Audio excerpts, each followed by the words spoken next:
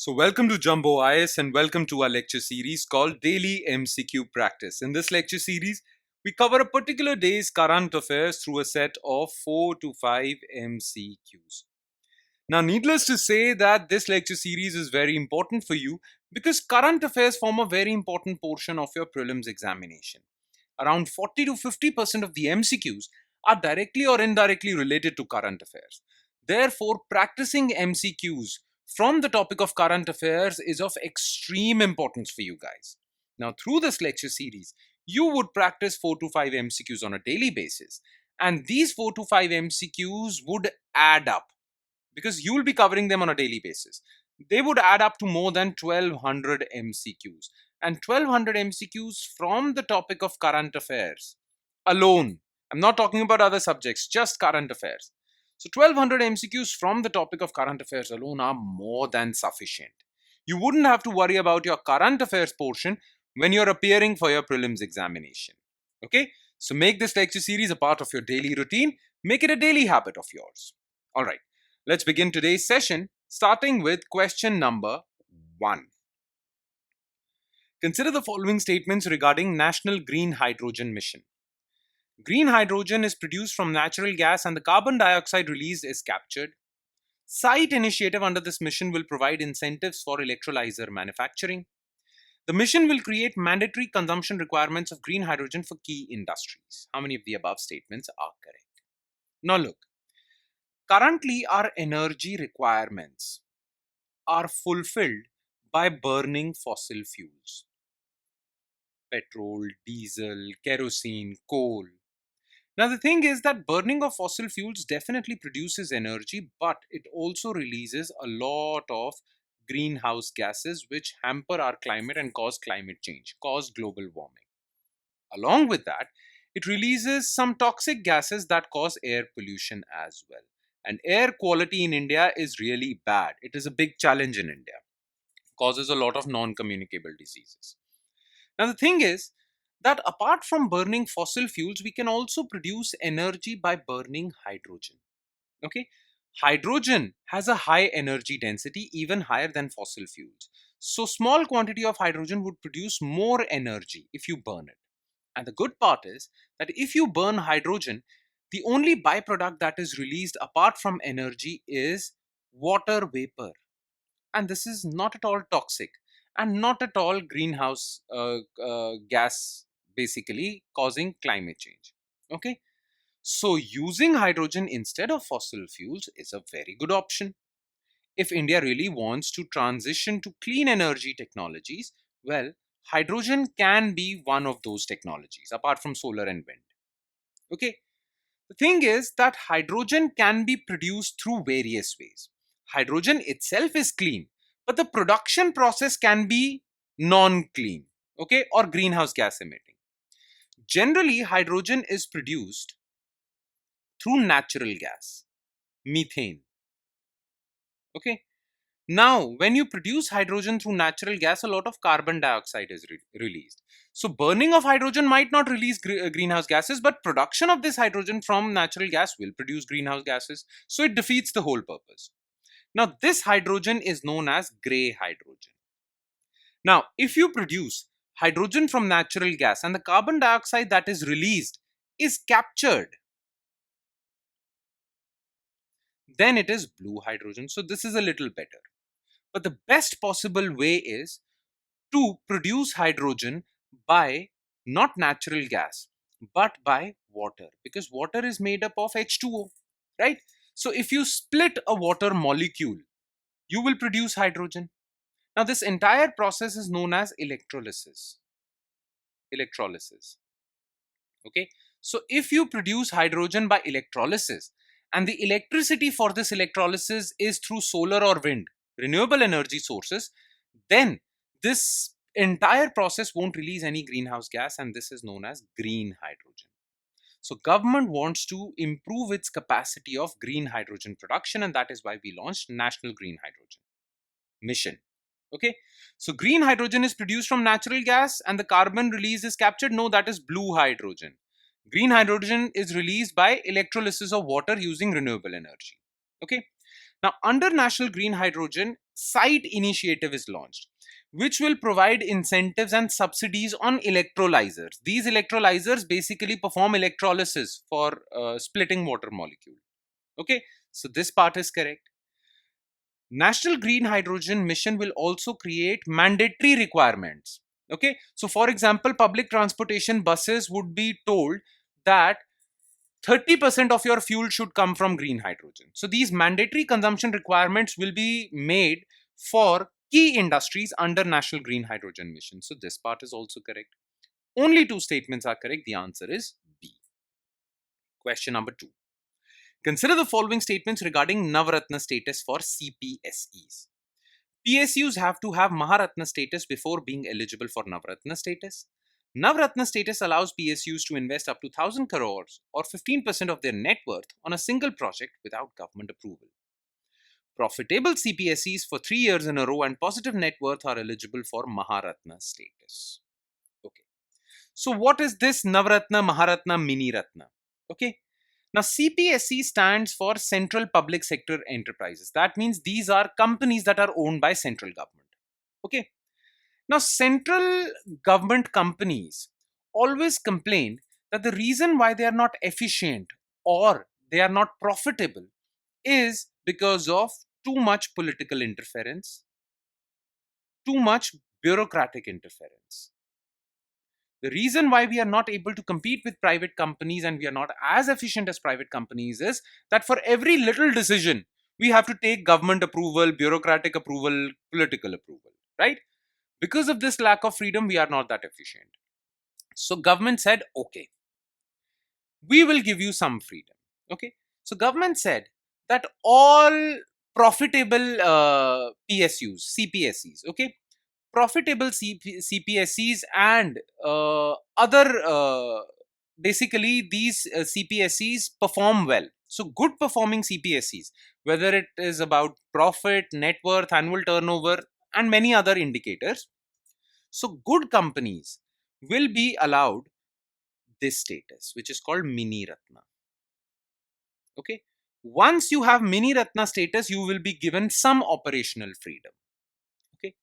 Then Mini Ratna government companies, if they continue to perform well and they increase in size, then they would be awarded Navratna status. When you are a Navratna government company, then you will have more freedom to take commercial decisions.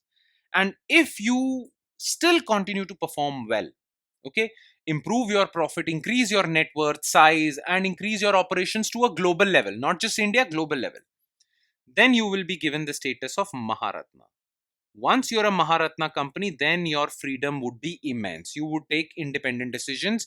Almost zero political interference would be there. Okay. So that is the situation. Now, why this was in the news? Because recently IRCTC, a railway company, got Navratna status. Okay. So PSUs have to be Maharatna status before being eligible for no, they have to be Mini Ratna. Then they will become Navratna. And they have to be Navratna, then they will become Maharatna. So first statement is false. Now, what is the advantage of Navratna? You get more freedom. Freedom like you are allowed to invest up to 1,000 crores or 15% of your net worth in a single project without government approval. If you did not have this status, you would have to have taken government approvals for even small investments. But now up to 1,000 crores of investment can be done without government approval. So this part is correct. Now, profitable CPSEs for 3 years in a row and positive net worth are eligible for Maharatna status? No. They are eligible for Mini Ratna status. If you are a Mini Ratna company and then you continue to perform well, then Navratna. And to be eligible for Maharatna status, you have to be at least Navratna. Okay. So this part is false. Only 2 is correct. The answer is B. Question 3. Consider the following statements regarding Zambia. It is a landlocked country in Eastern Africa that is rich in copper and cobalt deposits. It shares its borders with Kenya, Uganda, Somalia. It is the 7th largest copper producer globally, while Chile being the largest producer.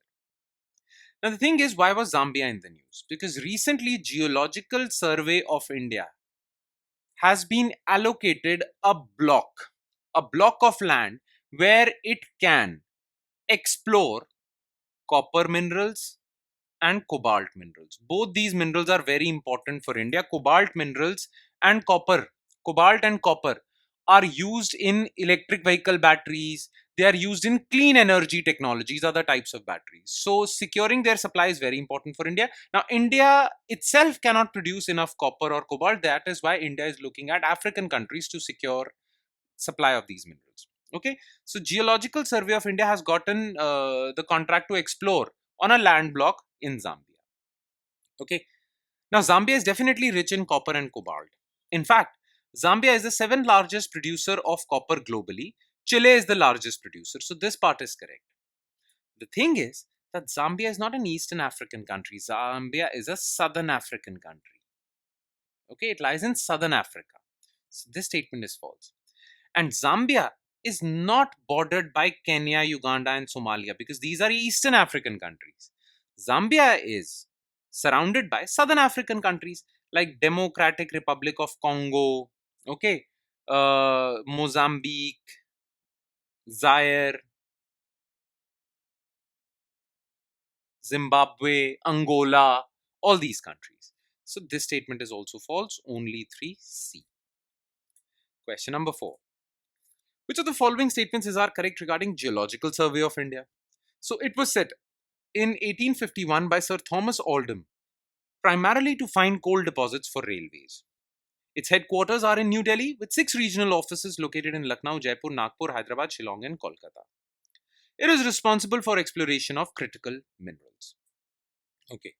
So the thing is that during 19th century, the British government, the British colonial government in India wanted to expand railways. Now, back then, most of the railway engines were steam engines, and steam engines required coal burning. So all these trains basically required coal as fuel. Now, the British colonial government wanted coal. They were looking out for coal in India so that they can run these trains. Therefore, under Sir Thomas Oldham in 1851, they established Geological Survey of India, whose primary job was to find coal deposits in India, to explore for coal deposits in India. Okay, so that was the reason that Geological Survey of India was formed. Later, the role of Geological Survey of India was expanded from coal to all the minerals that India requires. Okay, that was the case. Now, it was set up in 1851. This statement is correct. Now, its headquarters are not in New Delhi, it's in Kolkata. Because when it was established, Kolkata was India's capital. Calcutta was India's capital. Okay, British India's capital. So its headquarters are in Kolkata and its 6 regional offices are in these cities. That's true. Even Kolkata has a regional office, but Kolkata also has a national office. So this is false.